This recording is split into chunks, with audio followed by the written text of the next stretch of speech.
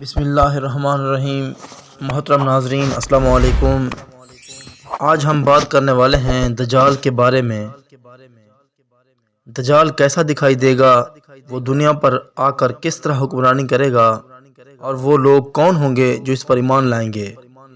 اس video میں آپ کو اس سے بھی زیادہ معلومات حاصل ہونے والی ہے۔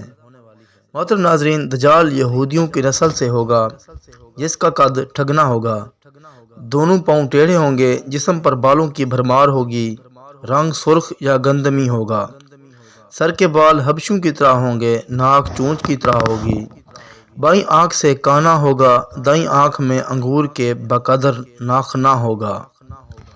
اس کے ماتھے پر کاف الف ف ر مطلب کافر لکھا ہوگا، جسے ہر مسلمان بآسانی پڑھ سکے گا۔ اس کی آنکھ سوئی ہوئی ہوگی مگر دل جاگتا رہے گا۔ شروع میں وہ ایمان و اصلاح کا دعویٰ لے کر اٹھے گا، لیکن جیسے ہی تھوڑے بہت متبعین میسر ہوں گے وہ نبوت اور پھر خدائی کا دعویٰ کرے گا۔ اس کی سواری بھی اتنی بڑی ہوگی کہ اس کے دونوں کانوں کے درمیان فاصلہ ہی 40 گز کا ہوگا۔ ایک قدم تحت نگاہ مسافت کو طے کر لے گا۔ دجال پکا جھوٹا اور اعلیٰ درجے کا شبیدہ باز ہوگا۔ اس کے پاس غلوں کے ڈھیر اور پانی کی نہریں ہوں گی۔ زمین میں مدفون تمام خزانے باہر نکل کر شہد کی مکھیوں کی مانند اس کے ساتھ ہو لیں گے۔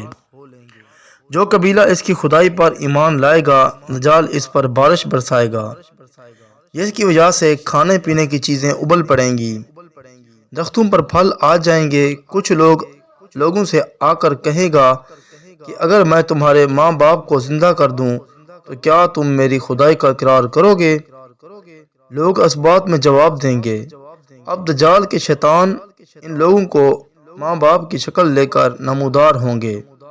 نتیجتاً بہت سے افراد ایمان سے ہاتھ دھو بیٹھیں گے۔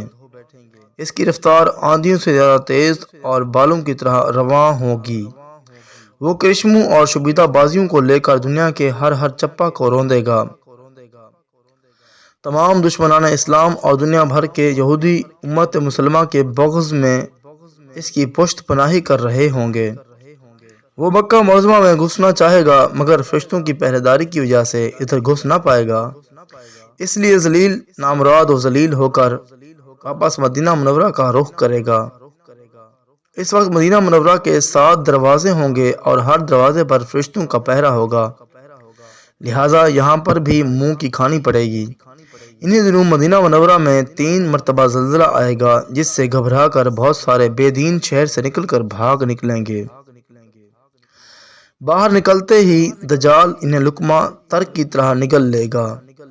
آخر ایک بزرگ اس سے بحث و مناظرہ کے لیے نکلیں گے اور خاص اس کے لشکر میں پہنچ کر اس کی بابت دریافت کریں گے۔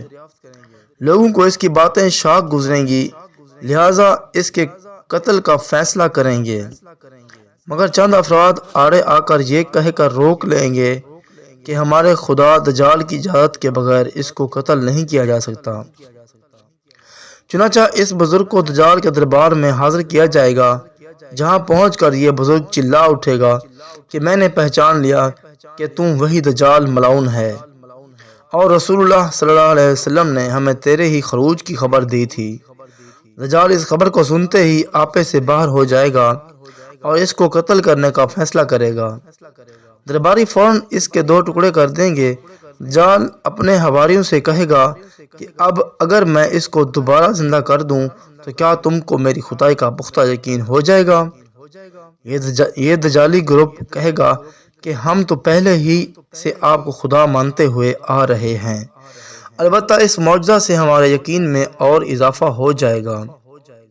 دجال اس بزرگ کے دونوں ٹکڑوں کو اکٹھا کر کے زندہ کرنے کی کوشش کرے گا۔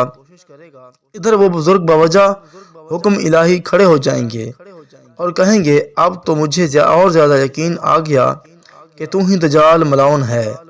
وہ جھنجھلا کر دوبارہ انہیں ذبح کرنا چاہے گا، لیکن اب اس کی قدرت سلب کر لی جائے گی۔ دجال شرمندہ ہو کر انہیں اپنی جہنم میں جھونک دے گا، لیکن یہ آگ ان کے لیے ٹھنڈی اور گلزار بن جائے گی۔ اس کے بعد وہ شام کا رخ کرے گا، لیکن دمشق پہنچنے سے پہلے ہی حضرت مہدی علیہ السلام وہاں آ چکے ہوں گے۔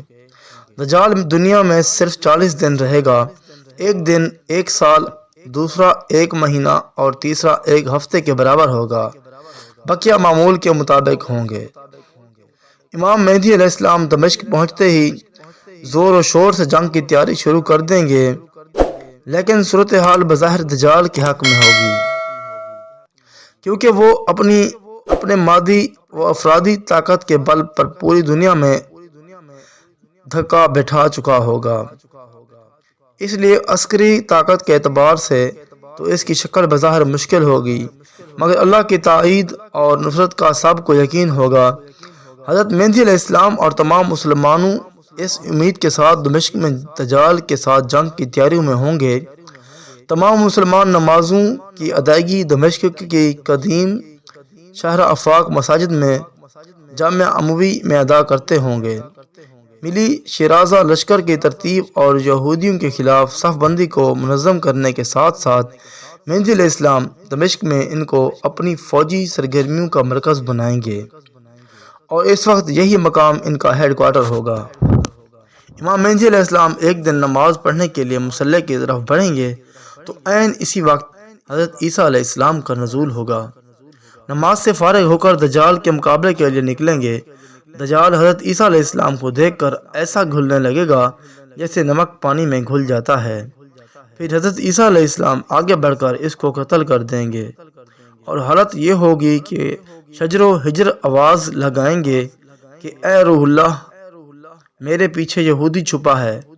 چنانچہ وہ دجال کے چیلوں میں سے کسی کو بھی نہ چھوڑیں گے۔ پھر وہ صلیب کو توڑیں گے، یعنی صلیب پرستی ختم کریں گے، خنزیریوں کو قتل کر کے جنگ کا خاتمہ کریں گے، اور اس کے بعد مال و دولت کی ایسی فراوانی ہوگی کہ اسے کوئی قبول نہ کرے گا، اور لوگ ایسے دیندار ہو جائیں گے کہ ان کے نزدیک ایک سجدہ دنیا و مافیا سے بہتر ہوگا۔